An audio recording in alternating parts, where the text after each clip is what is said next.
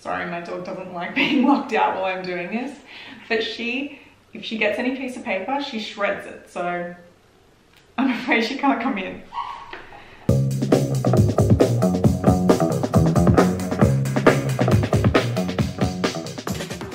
Hi everyone, and welcome back to my channel. Today's video is a little bit of an impromptu sort of last minute thing because what I was planning to do has fallen through. I was actually planning to go out and do a video where I was going to be filming outdoors, but there's bushfires at the moment and the air is just really thick with smoke, so I really can't do anything outside. So when I woke up this morning, I had to very quickly try to think of something that I'd be able to do today. The other issue is that the electricity in my house is out and it's going to be out all day at least. So I've come over to my parents' place to film here and I thought, what can I do while I'm here? And the obvious answer was something that I've been putting off for a really long time. When I very first started doing family history, I was not as careful and methodical with the way that I kept my documents. When I was building my tree, I often printed things off, certificates or other pieces of information which I thought I might need to keep. Some things I kept online on my ancestry tree, some things I printed, and some things I saved on like a hard drive. And because of this haphazard way that I did things, everything is in a bit of a mess. And I know that's a terrible thing to admit. I would never do this anymore, but these were the early days when I was sort of newly learning. So I've never really had a chance to go back and sort through all of that old stuff and look for any gaps that I've left in my own tree. Please don't take this as any indication of the way that I do other people's trees. This is just something that I've been putting off fixing up of my own for a long time, but I'm at their house and all of the records are here at their house. So I'm going to go through all the paper documents that I had and try to do some organizing today. So it would be great if you can join me and hopefully we can do this together and make it a bit more fun.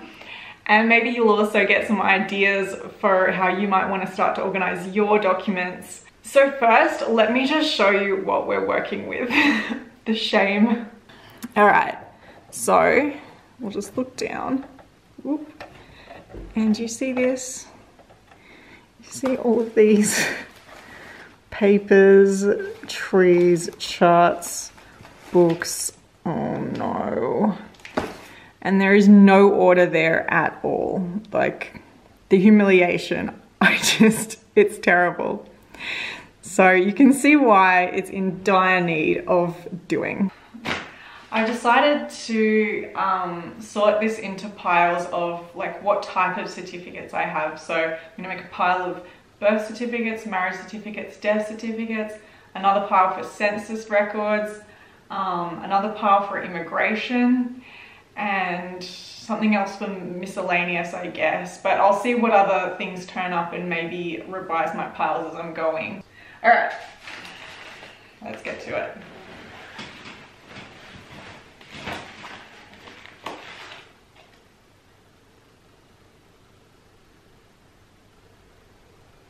I just realized this is going to take forever.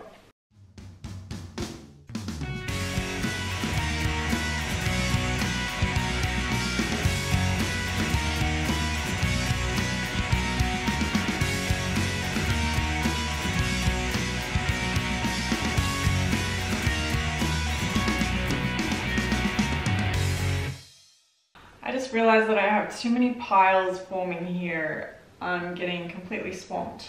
I'll tell you what I've done so far.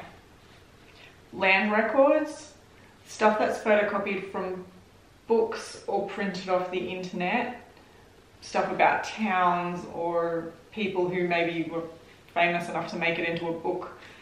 Then I've got printouts of a death index or a birth index or something like that, like the indexes. Then I've got marriage certificates, death certificates, plus obituaries and wills, news article, immigration, this is a shipping register, Then I've got military, pedigrees and descendancy charts, jail, and there actually probably will be more sort of crime and punishment ones because I have quite a few convicts in my tree, so that's surely not going to be the only one.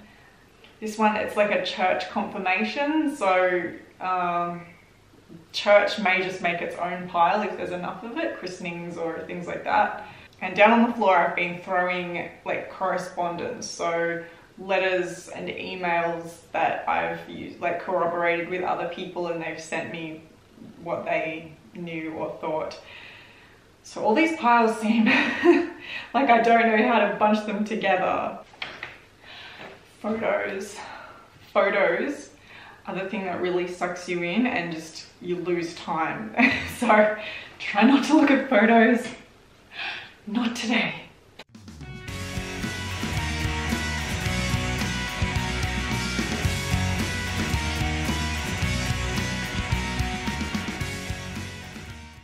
Another one emptied.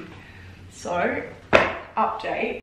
These are burial and cemetery. I was going to put it with death, but since I've already got sort of wills and stuff in there, I don't know, I might keep it separate. I'll see how big the piles get.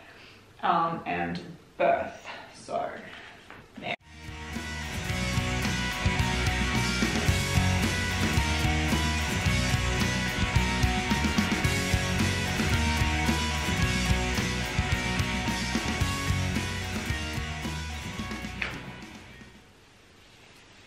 I love the little bits and pieces like this. So down there I've been throwing correspondence, but I've also been throwing down any sort of handwritten notes that we've made, and so it looks like we've made quite a lot. This one is all over the place. It's got some names of people and some arrows with calculations and stuff. And on the back is like a shoe size chart. I think we're gonna have to tidy up those notes as well.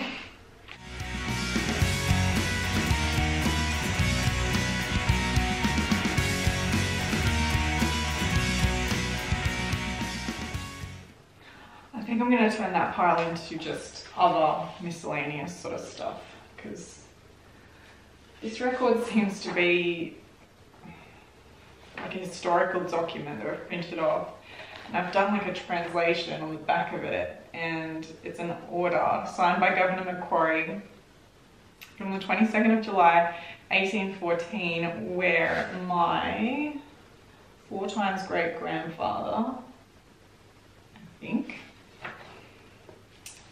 is listed with 9 others to be provided with arms, ammunition, some hops, and 21 days provisions to proceed with 4 friendly natives as guides in quest of certain hostile natives who have lately committed a great cruelties and barbarities on the persons and properties of the European settlers and their families. So supposedly this was to bring them back for punishment in a legal manner, but I've noted on the back that there was no record of the outcome. So that's super interesting, but I don't think it fits in any other pile, so I'm just going to put it here with miscellaneous.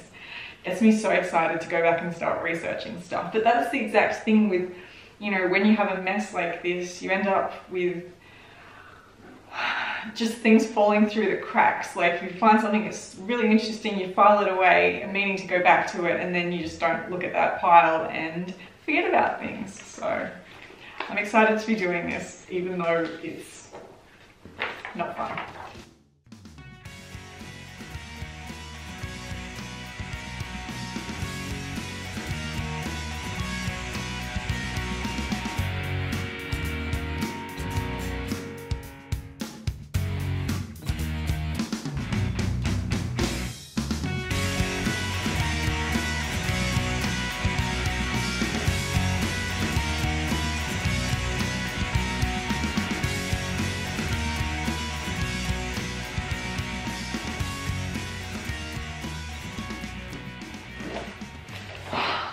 Another folder finished. All right.